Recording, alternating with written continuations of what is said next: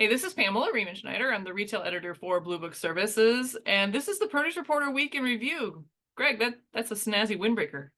It is, if you believe it, Aldi brand. Aldi's on my sleeve. Um, We I mean, got our Aldi gear. I'm not wearing the Aldi socks, but I will be soon. Yes. But yes, this was courtesy of my Week in Review partner. Pamela sent it to me for a very special birthday gift. So thank you so much. Now I can't wear it to the store though, as my family pointed out, or people will ask me where stuff is. But of course, I could probably answer them You because could probably, yeah. I didn't stock it, but I know where it is.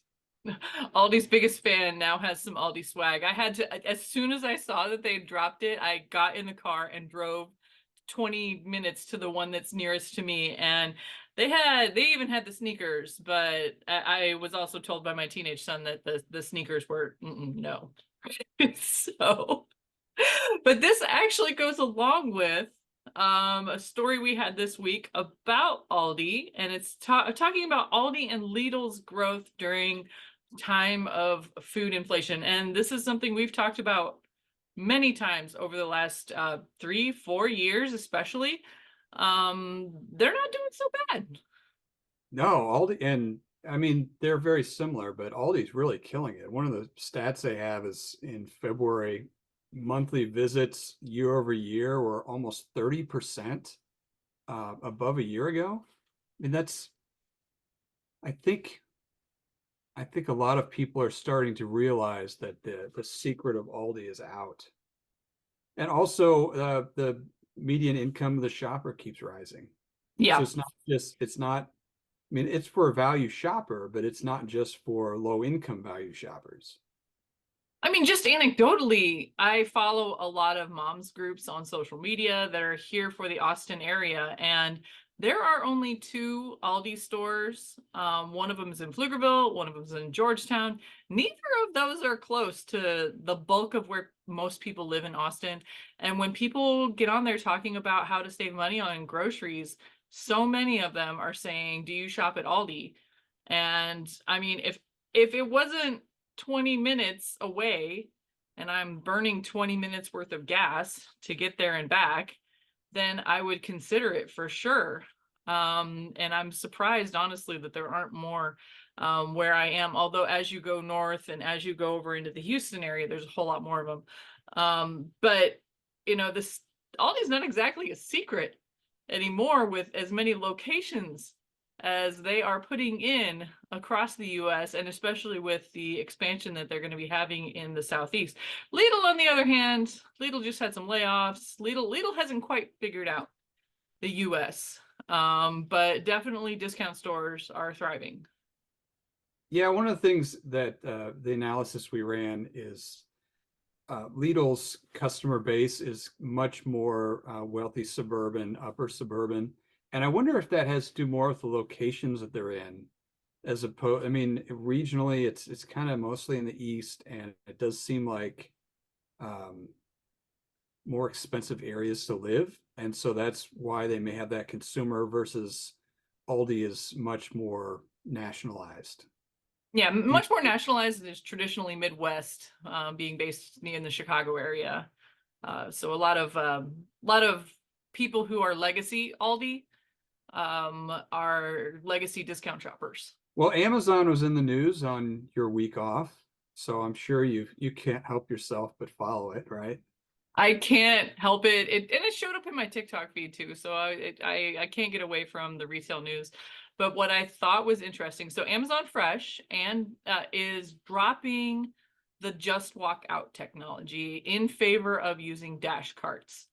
And I think it says something about the technology and what we were hoping to accomplish with it versus what is actually possible when it comes to AI. I mean, there were some stories out there. Business Insider ran with it. I saw it on TikTok that it was actually an army of about 1,000 people over in India were actually the ones that were paying attention to the Just Walk Out cameras. And Amazon, of course, has said that no, there was just a small number that were verifying to make sure that the model, the AI model was actually working correctly. But it sounds like they needed people more than they thought they did. Yeah, it sounds like it was a technology idea with the hope that we would get there technologically, and it's taken longer.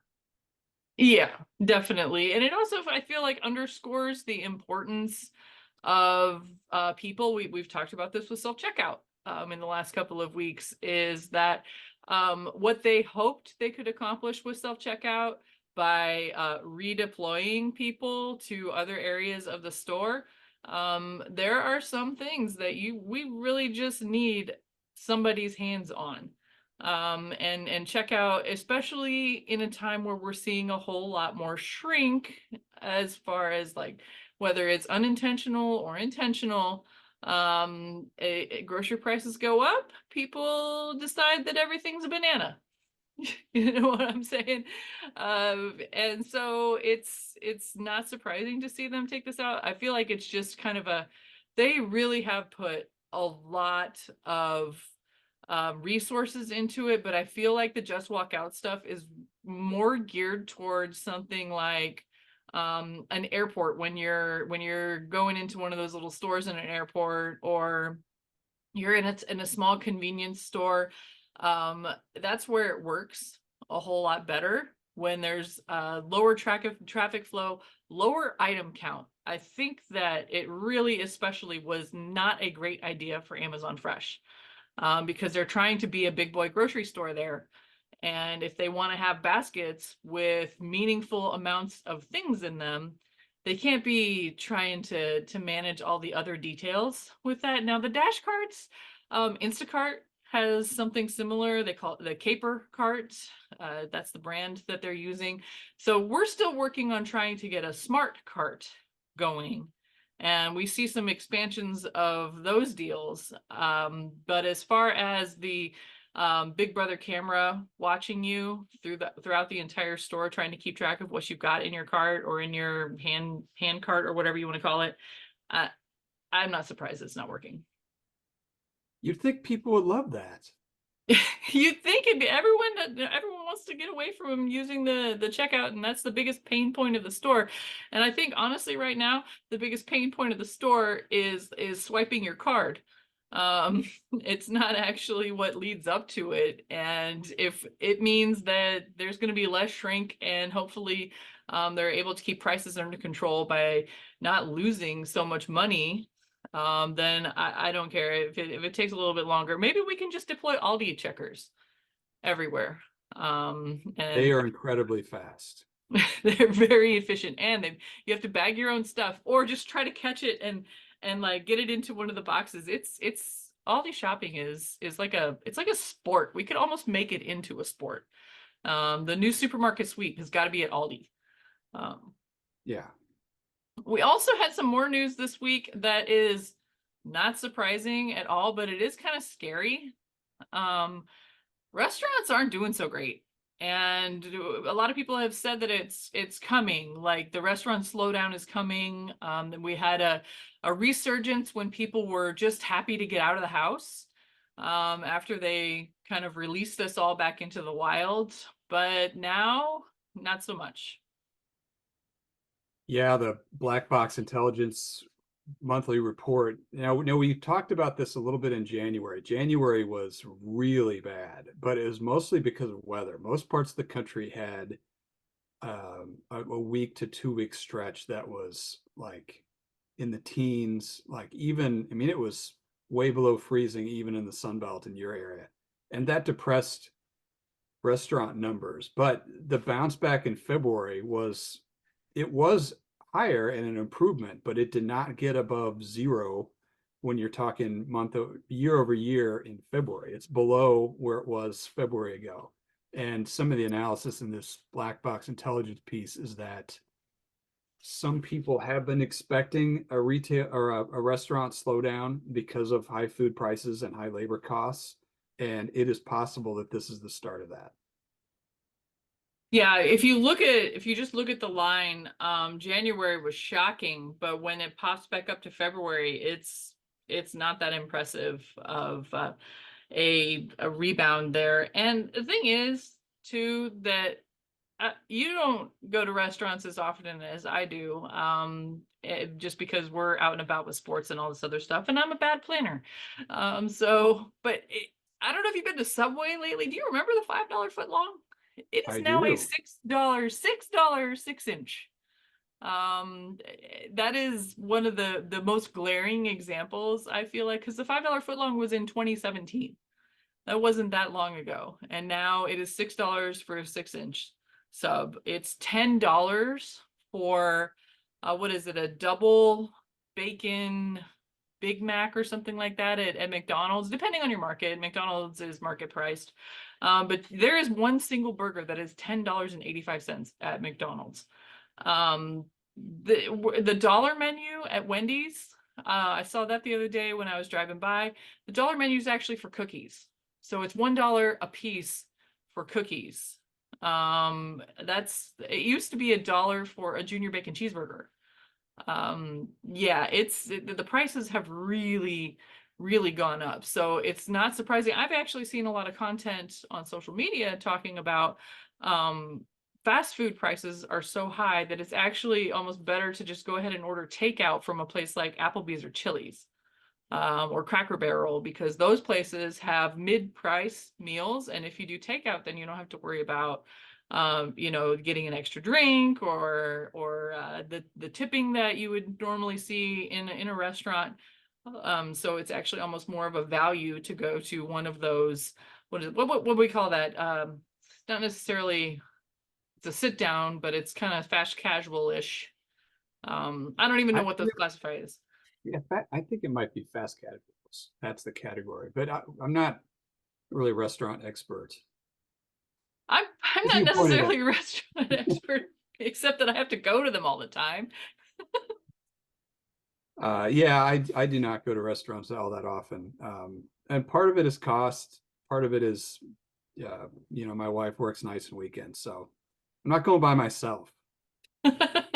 Yeah, we're just there because of circumstance, because I'm too tired to cook after I've been sitting at 2 different soccer practices in one night. So yeah, just not gonna happen. But it just kind of seems like if something doesn't happen, we're gonna see. I mean, maybe this summer will bounce it back.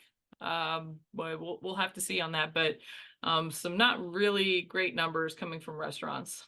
No, and one of the things we'll keep an eye on is out in California, starting April 1st, the minimum wage went up to $20 for fast food establishment over a certain number of store thresholds. So most of the fast food in California, minimum wage is $20 an hour. So we will pay attention to what that does. I mean, a couple months ago, we had a story about like Riverside area Pizza Hut, I think it was, that preemptively laid off tons of drivers, delivery drivers, in anticipation of that wage increase. So that's something that, we'll see if the market can bear that and what it does to prices in those stores. Yeah, we'll have to keep an eye on it. But for now, I'm gonna go back to my vacation. Well, That's you know where I'm headed shortly. right. Gotta stock up.